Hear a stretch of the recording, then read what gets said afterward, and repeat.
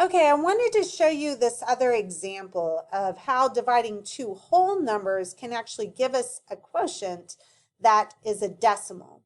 So this is a lot like your second problem on your homework. So be sure and take some notes, okay? So now that we are dividing with decimals, there's one really super big difference I need you to know. We no longer have remainders. That's right, ladies and gentlemen. Now that we are officially dividing decimals, you will no longer have remainders. I love it because kids always get confused on what to do with remainders, and now we don't have to worry about that. Yay! So let's go ahead and write our steps. Mom does McDonald's serve cheeseburgers? Burgers. I was doing that really too soon. So now my R only stands for repeat. It no longer stands for a remainder because we are dividing decimals. But you say, but Mrs. Wagner, there is no decimal in 32. Well, there may not be one on the whiteboard, but is there a decimal in 32? If there is a whole number, if there is no decimal, we know that this is a whole number. And we know that all whole numbers have a ones place value, and that decimal goes right after the ones place value.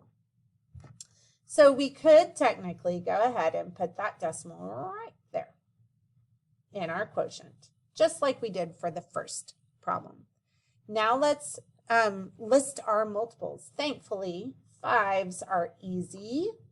5, 10, 15, 20, 25, 30. 35, 40, 45.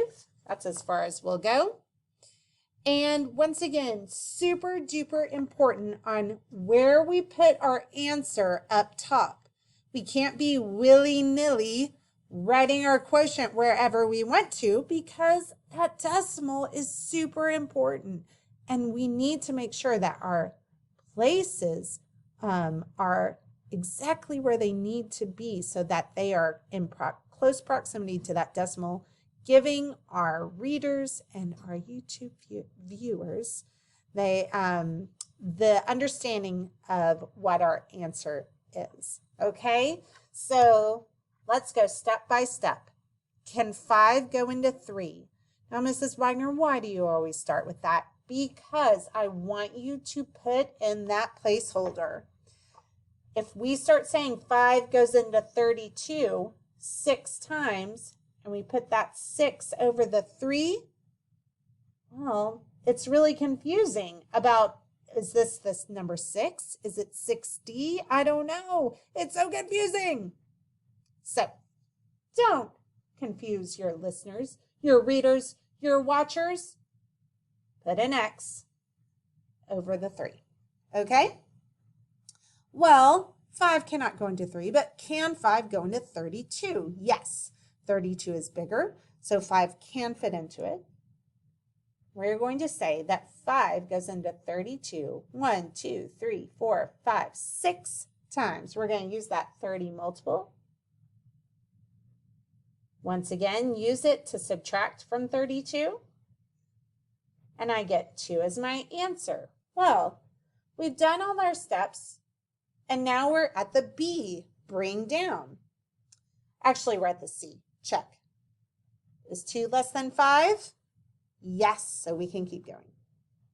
Now we're at the B. Well, Mrs. Wagner, there is nothing to bring down. So we must go to R, which stands for remainder when we have nothing to bring down. But what did Mrs. Wagner just say? We no longer have remainders when we're dividing decimals. So now we have to figure out, what can we do? What can I put in my dividend to bring down that will help me keep dividing so that I get to 0? That's what we're aiming for. When we subtract, we want our answer to be 0 because that's when we can stop now. Think about it for a second. Pause the video if you need to. What could we add to the other side of 32 that wouldn't change it a bit? We can't just add numbers to our dividend, But what could we add to our dividend that wouldn't change its value? If you said 0, ding, ding, ding, ding, ding, you're right. We can add a 0 on this side of our decimal because it doesn't change the 32 whatsoever.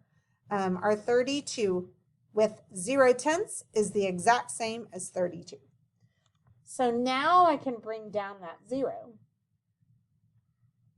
Can 5 go into 20? Yes. There it is in our list of multiples.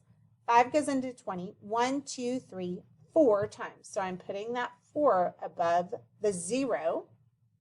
I'm going to use the 20 to subtract, and now I get 0. Now I can stop dividing. So now instead of looking to see if you have nothing left to bring down, now you're going to make sure that whenever you subtract, you get 0. That's when you can stop dividing.